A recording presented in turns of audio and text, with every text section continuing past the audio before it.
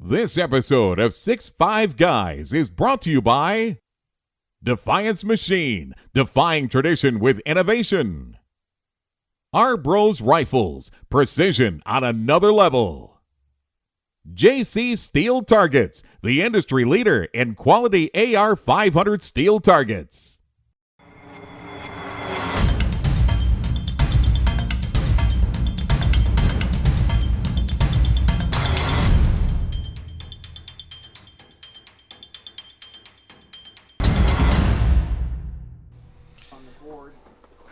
This is the 6'5 Guys. Ed here. Steve here. Yeah, here we were sighting in, and this is where my trouble started. I realized that my barrel was way past its end of life. So that's how I started my match. The strategy to try and make it last didn't quite work. No, it didn't. It didn't. So for the guys that have not been out here, we actually shot this at the North Central Washington Gun Club right out of Wenatchee, Washington. And here we are, this prepping in the morning here. Short days already at this time of year. And it was cold. Luckily, we had the match RV to sleep out of, and it was a short drive, so I brought the gear to put the gear in, or brought the truck to put the gear in. Everybody is signing up. That looks like Annette Wachter, 30 cal gal, doing her sign up. Yep, that's her. Now, the Northwest Precision Rifle League is basically looks at all of the practical precision type PRS matches across the Northwest states, Washington, Oregon, Idaho, a little bit in Montana. And based off those individual match finishes, the top pro and amateur shooters were invited to attend this match. And so we were invited, and so if you had a match win or participate in a certain number of matches, you were a pro or otherwise an amateur. Yeah. Now it's Jim Finley, and you see Alan, the fellow with beard fuzzy, standing behind him. Those were the two match directors. I think they just did an outstanding job planning this and coordinating it. And here we are getting out to the shooting area. Of course, we learned during that briefing we couldn't use our tripods. And I didn't know how far it was going to be, so me and another squad mate, Dusty, decided, hey, it doesn't look that far. Let's just walk it. Oh, there's no way you could have walked that. I mean, it was so far. Yeah, we got about a third of the way and then realized, it's a lot farther out there than we thought. You see those buildings way back there? That's where you would have walked from. Yeah, and then it was flat up until the point we got picked up, and it started to go uphill from there. All right, so we are basically just off the truck, staging our gear, trying to find the stage. We were squad 3, so we started on stage 3 for day 1. And this was the first stage. It was a tank trap. Here we are, all getting ready. And there was a bit of athleticism involved because you had to run up and get your ammo every 2 shots. So Craig Dibble and his son actually were the ROs on this stage. That's Craig there in the red. Trying to get us organized. Thanks, Craig, for ROing, and to all the ROs. I mean, I look at what I should have done on that tank trap. But targets were out to about 500-600 yards. You had a larger target and a smaller target, and so you had to shoot a shot at each, and then you had to run back uphill to get your ammo that you would have staged, and that really added a very interesting. You can see there he is running up there. Yep. And that added a real interesting dynamic to it. Here we have Jeff McKean, also out of the state of Washington, on this stage. Now, being left-handed, I noticed a lot of people were sort of laying on that leg. It seemed to be more amenable to a right hand. Okay, now we're on to stage 4. Here I am. This one is called the spinner and bonus. Basically, all of the stages were the same in the sense that I believe you had 2 minutes. First 2 shots are on a target up on the hill. Unfortunately, we don't have the yardages. We threw away all of our match cards. They weren't in the match booklet provided. So we had a range. Well, it was just over 300 yards for the spinner and the bonus target. And this is a stage that I did well on, and it compensated for a lackluster performance elsewhere. I actually got the first 2 impacts, and I was able to spin the spinner in 5. So I laid, you had basically 10 shots to get it to spin. So I had 5 shots to go for the bonus, and actually got it to spin and had 1 minute and 40 seconds left. So I said I'm going to go for it. I missed the bonus, realized I didn't dial for it. The dope was way off until I was actually 2 shots in, so I was down 20 points. So if you missed, it was, if you missed, it was a -5, +10 if you got a hit. So I was already down 10 points. Yeah, you could really get into a hole. Yeah, and I decided to send 1 more. Ended up down 15 points because I decided to go for the bonus and decided I had enough fun. And it's fun! Shooter, you have 5 rounds at the bonus. And there's Kevin Ditto telling you to go for the bonus. Yeah, and I -5. see I'm a -5 here, and I said I'm done, and then you guys talked me into it. You guys talked me into keep going. Oh, so now you're going to blame us? Okay, I see how you operate. You'll see me Plenty of time. voice an expletive here in a moment after I realized I didn't dial the dope. Good, slow. Yeah, that happens. Yeah, like I said, I lucked out on this. I did well because otherwise it really helped compensate for poor performance elsewhere. Yeah, I think you got 4 on the bonus, right? If I recall correctly. So you were up 40 due to the bonus, and I was already down -15. So I had a lot of ground. I felt the pressure was on coming out of the stage to try and make up for lost ground. But it was interesting because when I missed the 1 bonus target. I mean, it missed by a mile, and you could really see when a barrel really starts to get shot out, just some of the weird things that it does. Because I was right at around 3,200 And we were rounds. fortunate. You can see at this time of the year, there really wasn't much of a wind on day 1. Yeah, some folks hit this stage with a lot of wind. This is an interesting stage. You had a piece of an aircraft, and of course the unsettling thing is to realize just how thin the skin of an aircraft is.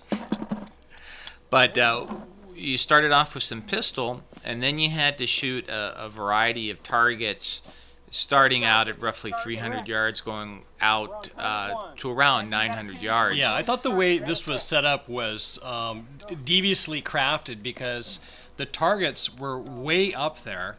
You really had to. Yeah, unless you had a super tall bipod and a really big rear bag, it was tough to get into a comfortable position. And as I watched other competitors, they either had the stock super low, but you're really, and there were arrayed across 2 or 3 hills, left to right. Exactly. Target 2, that is correct. And so the choice here was, do you use a little bag in the window like that? Yeah. Some folks did that. Yep. Or do you use a tall bipod? And some folks did that. Yeah. And you'll see, guys, here that for each target, you actually had to move to the next window.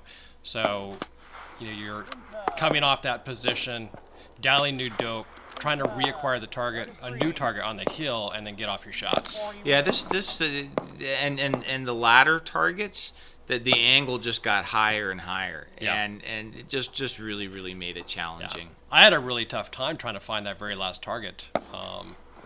I think I had 5 seconds left by the time I spotted it. And well, I saw how difficult it was going to be to spot these targets, so I spent a lot of time on my binoculars.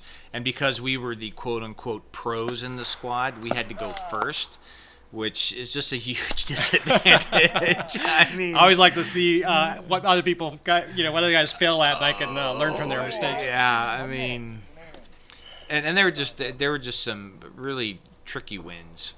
Yeah. And so we did our best, but yeah, you can see here I'm starting to move out, distance wise, and of course you're not going to hear impact as often as you did early on.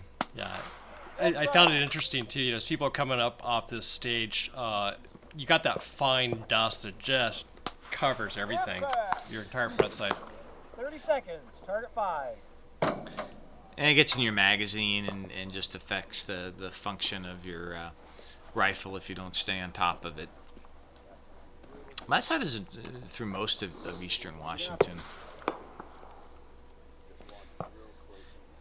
Yeah, I can see right here. Look at that angle, and I'm just 10 seconds left. yeah, and then you just see I didn't hit that, and I don't know why I didn't correct to hit it the second. Yeah.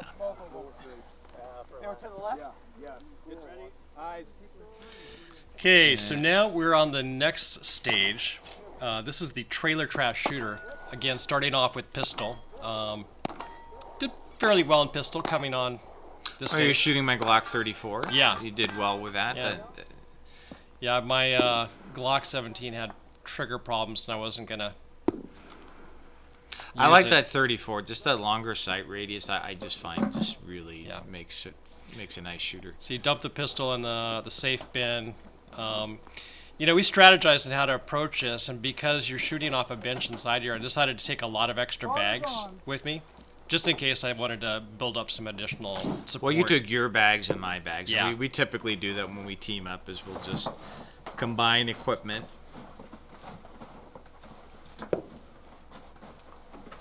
And here you are in the clock, and you're just like, okay, how am I going to build the best position possible? Yeah. And it's not. And actually, always this easy. was a fairly comfortable position from what I found. You'll see I lost time in a couple places here. One, just getting the mag in. You'll see next that as I get on target, slide the bolt forward. Oh, it won't go forward. I got the chamber flag No, in. I've done that. But nice recovery there. I mean, you didn't get flustered. You just. But then, again, because I was first up on this stage, I didn't have the advantage of having a lot of time to glass the target. And you'll see here in a moment, the first target I shot at was the wrong target. Yeah, they made that clear. Now, of course, being right-handed, you were able to sit down. Yeah. Being left-handed, you couldn't sit. You had to do a bit of a kneeling, and that made it a particularly unstable position. Yeah. But then there are other stages where sometimes being left-handed is an advantage. I mean, it's kind of luck of the draw. But they've used this trailer. They call it the meth lab. Yeah. And they use it in different stages. Oh, that thing's beat up. I noticed when I was trying to police up my brass into the stage, I couldn't find a few. Actually, because the trailer had rotted out on the floor, they actually rolled out from the floor on the ground. Oh, they were wrong. Okay. They went outside the trailer onto the ground. And people, I'm sure, lost some really nice brass in that trailer. But that's the cool thing about what they've done at this range is not only do you have the trailer, they've got a pickup truck and some other props. It just makes it a lot of fun. But I know what that's like when you're going first and you don't have a lot of time trying to find the targets. Gotta like when you hear impact. Yeah.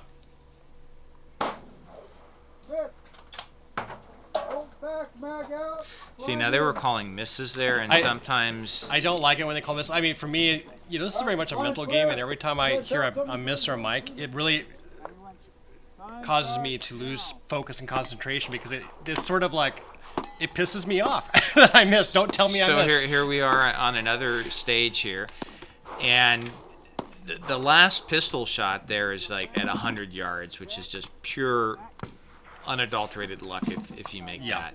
Yeah. And so after you're doing the pistol here, you have to shoot from two different positions at some pretty small targets.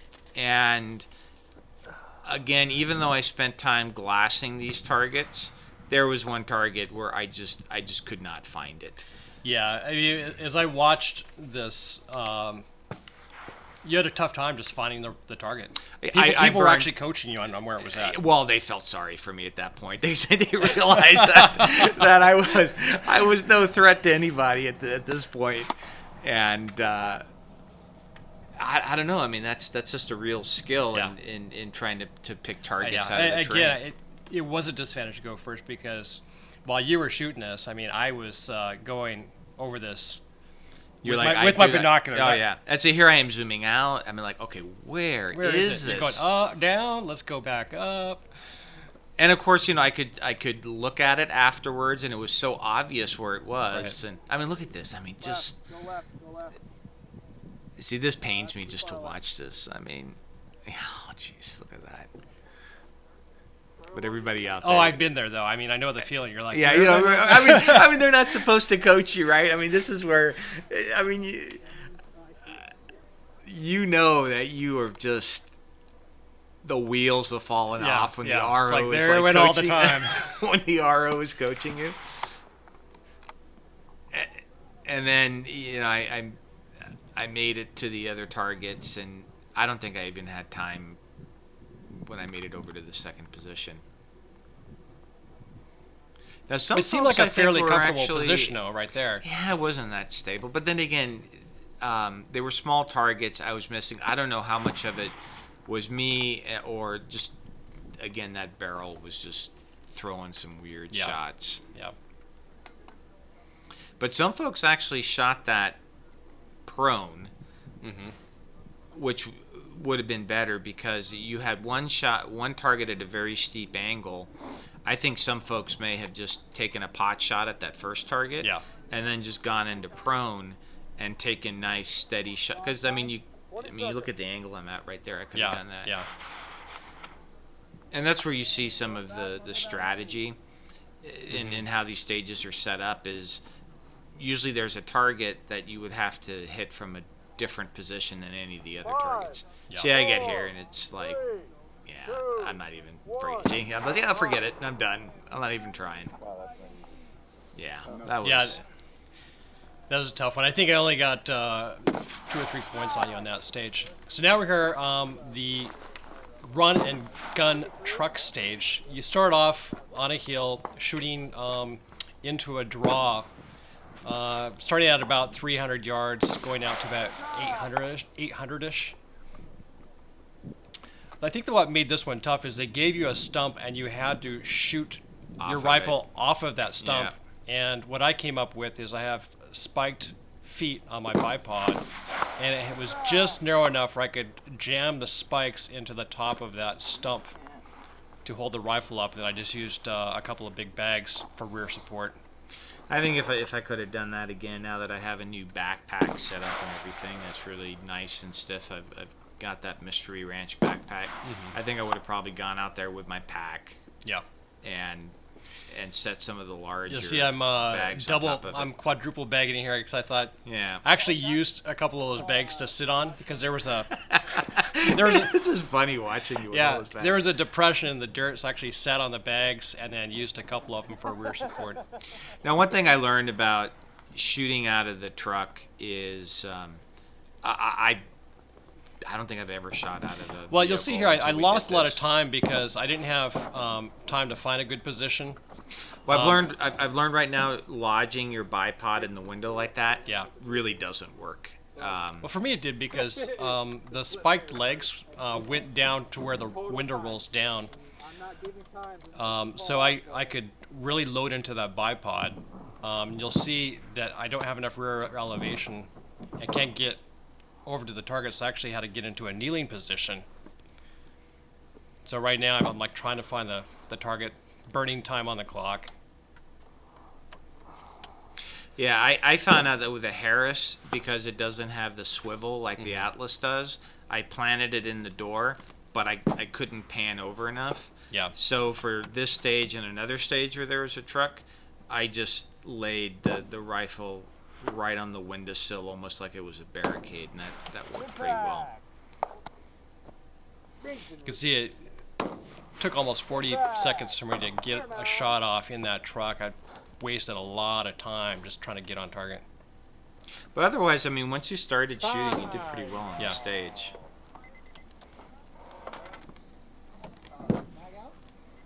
Believe it or not, that truck actually runs. Yeah. And Alan drives it from stage to stage. Here we are, day 2. Yeah, it was pretty nippy in the morning. We're just loading our mags up, trying to get our gear squared away for the day. Recognizing that we're definitely not going to be in the winner's circle based on the first day's performance, but hey, we're having fun. We're there to have fun. But again, yeah, it's just another cool morning.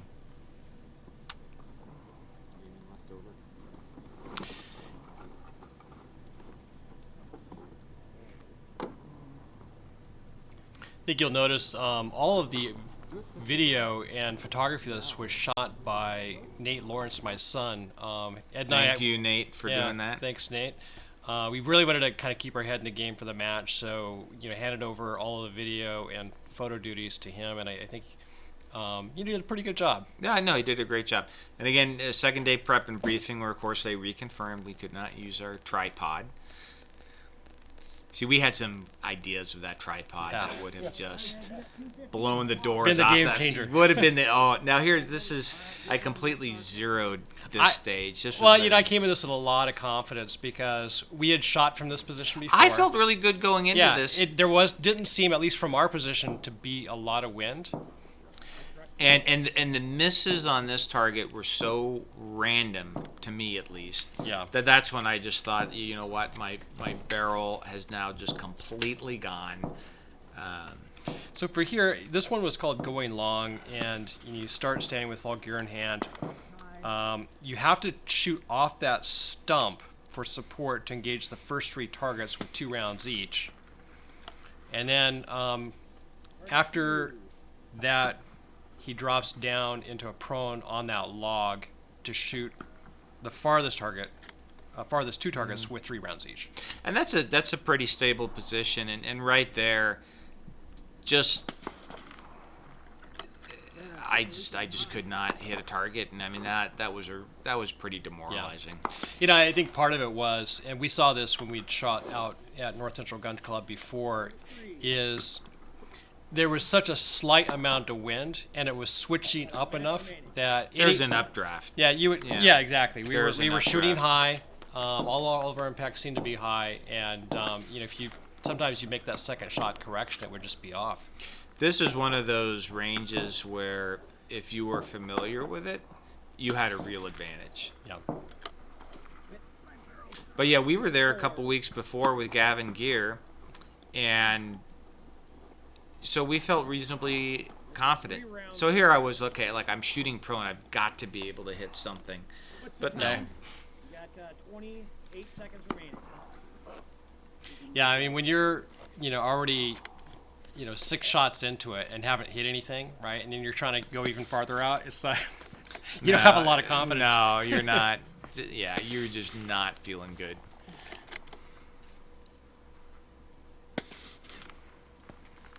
I can just recall what was going through my head. Yeah, that was. I hadn't zeroed a stage in a long time, and that was. All right, so now we move to stage 1. This is the Chinese fire drill. You'll see it's a repetitive series of shots. Same target. It's about 300 yards out. It was a coyote. Correct. Yeah. So it's 2 shots inside. You move to the side of the truck. 2 shots from the bed. It had to be off the side of the truck, any position you want, and then 2 off the hood, and then you repeat. Yeah. Now this stage I actually did pretty well on because I knew how I was going to shoot from the truck based on the prior day's experience, and the shooting off that bed right there was just like shooting off a barricade, and then shooting off the hood like that. I mean, that was like shooting prone right there. Yeah. So that was actually a pretty good stage for me. Of course, that feeling didn't last long when we went to the next stage. But you can. Yeah, I think here, being having some agility and being able to get on target quickly is a real advantage. And I mean, I've got an old pickup. I think I need to practice shooting out the front. That's a good idea. Let's take that out to the range. Shooting out the front, or we can just shoot out of your truck. I mean, it's a new one. Actually, I should get my old truck going, and we can just bring it there to the range and shoot out of it. Impact. You have 45 seconds. But I mean, you're really having to move along there, and that gets your heart going and everything, and it just especially right there when you're shooting off that bed. That bed, I could feel myself burning a lot of time on a shot that wasn't all that stable to begin with. So if I got close, I was just gonna go ahead and send it. It's a 50-50. If I lost the point, that's fine. I'd rather take take that additional time and use it on the hood where I know I have a much better shot of getting that point. Back. Mag out, bolt back. Camera flag in. Yeah, off the rail of that bed, I could do that kneeling, and so that was pretty good. Now this one, this barricade off the Connex box, Yeah. again, same distance as the truck. It was a little over 300 yards. Yeah. But the roof of that Connex was bouncy. Oh yeah, and And- even that barricade on top of that Connex box was not all that stable. No, it Anytime you wasn't. couldn't really load into it at all. It was Impact. wobbling all over the place. So at least in the prone, I got some shots. But there were 2 targets, different sizes. One was probably just over 1 MOA target, and it was quite a challenge to hit. And so here I am doing my one leg Yeah, up, you can one leg you can down. see as you're engaging against that barricade just how shifty it is. Yeah. So, yeah, this was a real challenge. But again, our barricade practice paid. Yeah, you can see the roof of that Yeah, it's bouncing. But our barricade practice paid off. Impact. But then when you see how some of the really good shooters did on this, that just makes it clear how much more work Yeah, we have to do. absolutely. What's my time? 56 seconds.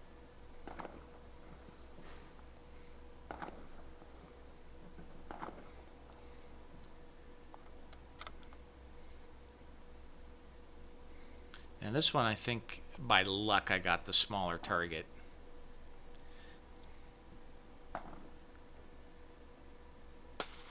Impact. Boy, when you watch yourself, Impact.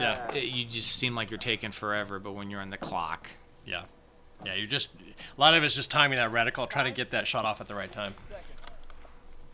yeah, I just have not mastered timing it when you're swinging through the target. Yeah, I tend to be a very traditional,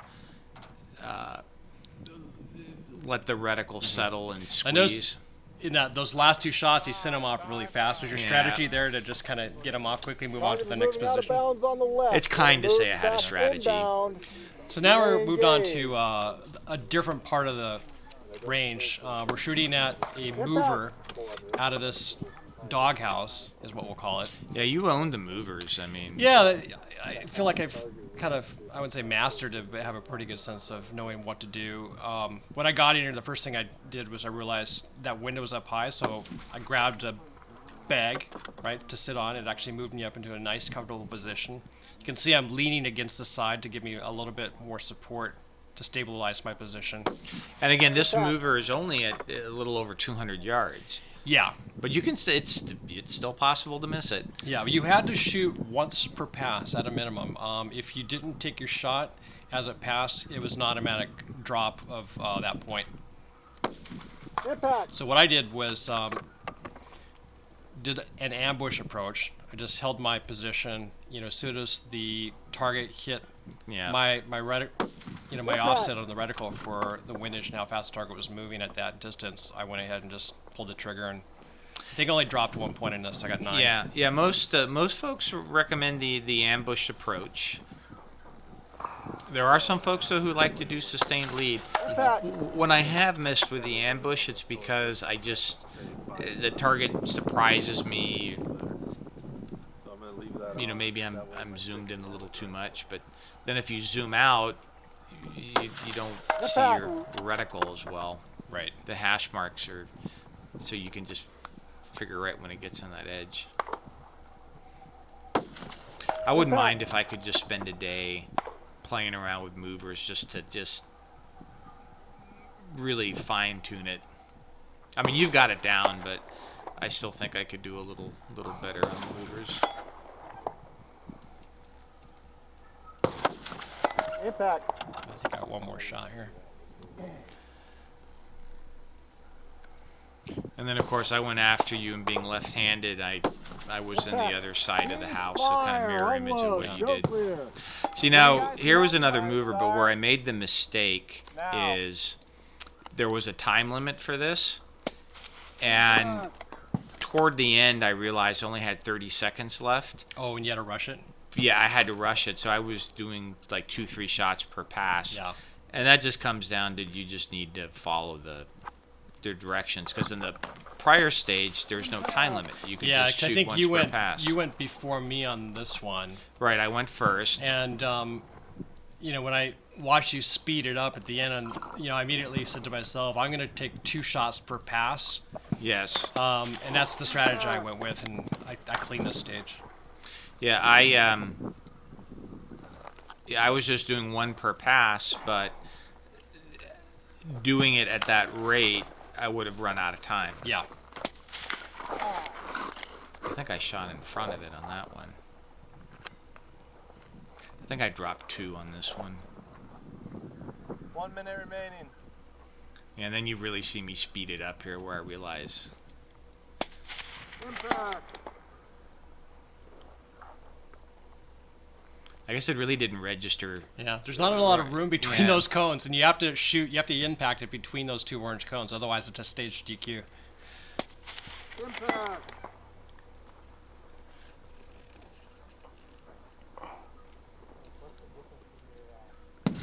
Oh yeah, now this is where this was my oh crap You're moment. like, let them fly. Yeah, like Hey, you got 2 impacts there. 3. 3. Impact. 15 seconds remaining. Yeah, I missed Yes. it there. That's it. Yeah, so yeah. 10.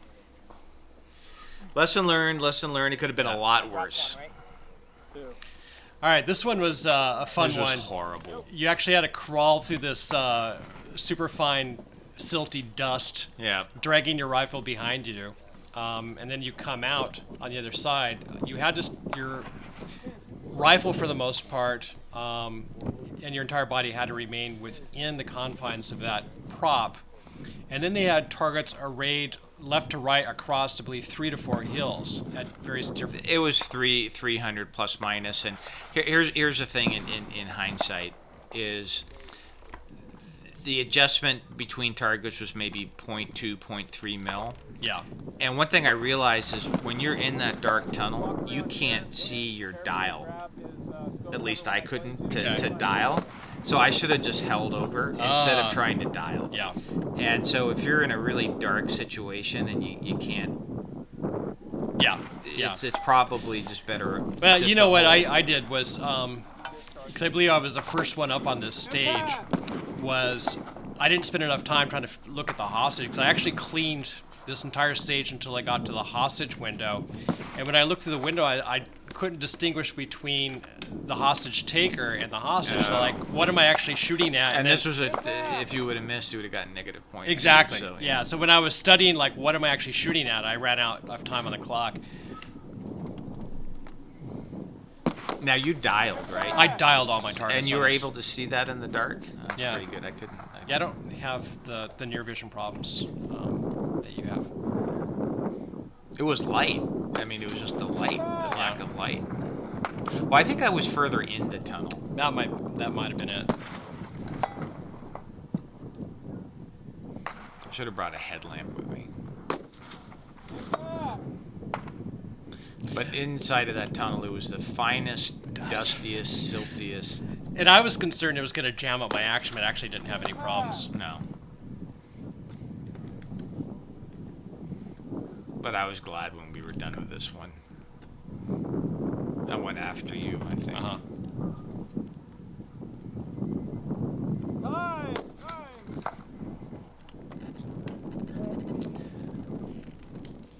So now we're at the award ceremony. This is Kevin Dino, one of the We're gonna start master with the ceremonies, I guess amateur- you could call them.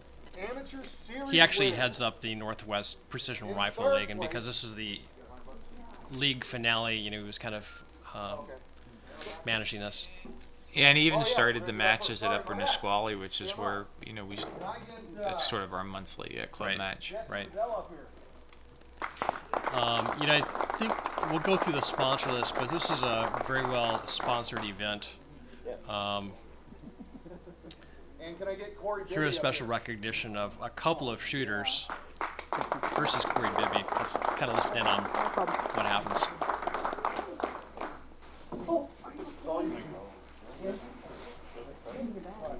Corey was in our squad actually. You know, he's shooting a factory rifle today.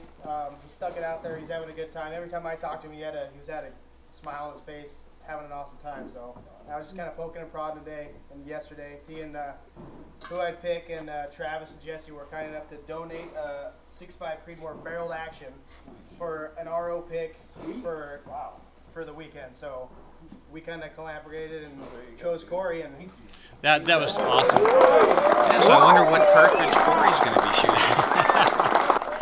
and so so that's Arbros Rifles. Yeah.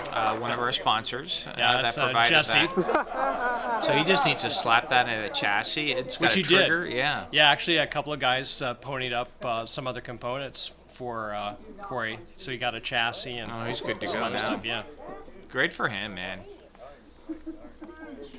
That's going to be my strategy, man. The next match, I'm going to complain. But he was. I mean, you were there. He was having just a great time. You didn't have the custom rig like a lot of guys were running, but he was making it happen, and he was having fun. So Corey finished the match, I believe, third from the bottom.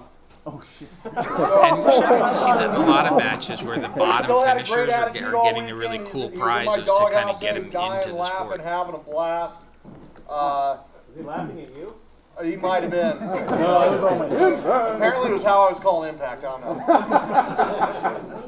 know. Is Dusty here? Where's Dusty? Dusty was also in our Dusty, come squad, on up so here. we had in squad 3 a couple of guys that came away with some cool stuff. So What does we that had say the when ROs our checking squad, people here out we all were the weekend, pros, seeing what right? they were We running have and like seeing the- who was having gear issues and if they were shooting a piece of junk or whatever. And we really noticed 2 shooters who were struggling with their rifles this weekend. And Dusty was the other shooter that was struggling with a rifle on a couple of stages. So we're going to give you a 50% off a bolt action from Defiance Machine, so you can build.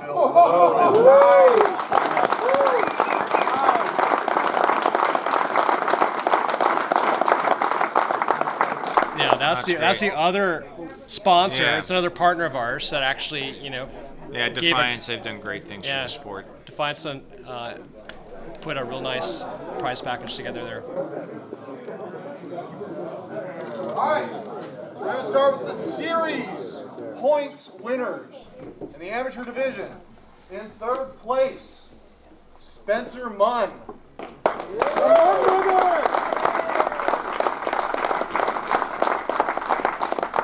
Those are nice Spencer little trophies they finished the gave out. series Yeah. with 348.23 points. Nice, Spencer.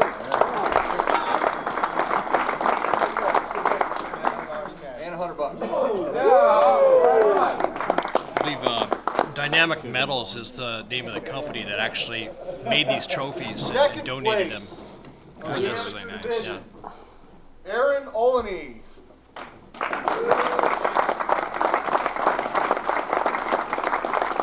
He was in Squad 3 also, man. He just did an awesome job. Not only all season, but in this match.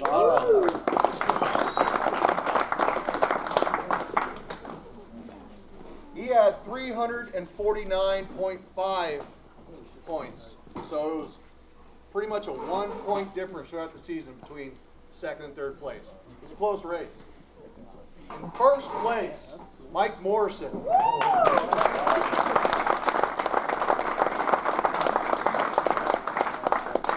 So Mike's winning a sweet trophy and a certificate from Night Force for a free scope.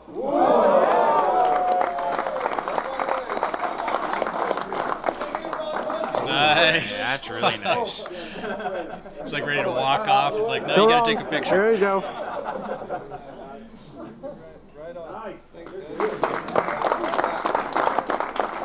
All right, we're going to move on to the Pro Series. In third place for the season with 427.577 points, Jesse Riddell.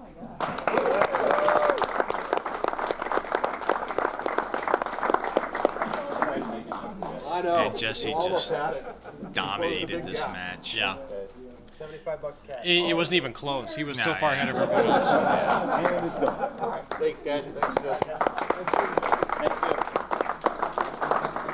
All right, in second place for the Pro Series, Ethan Carey, 428.61. 1 point difference. So Ethan, he is the fellow that makes the ESC Dynamics Yes, gear which we bags run, that we yeah. run. -5. You lost 5. So if you guys haven't checked out that weekly gear update, make sure you check out some of the gear that he makes. He's out of Portland. A lot of good shooters out of Portland. Yep. Ethan, Jeremy. Of course, folks that watch our videos probably have seen Scott in a couple of them. Yep. He is an instructor with Core Shooting Solutions. We've taken training from him. Yep. Come on. Just like everybody Recently retired from the Army. else. Just grab my ass, too. Quite a list of sponsors. Yeah. You know, guys, want to make a big shout out to all of our sponsors that donate the prize table. Yeah, I mean they help the sport and they help us as well, and so we're really grateful Yeah, for these sponsors. absolutely. For you guys that are interested in the top 10 finishers of the match, we'll go ahead and post these in our write-up on our website. Remember, folks, life's an adventure. Stay on target.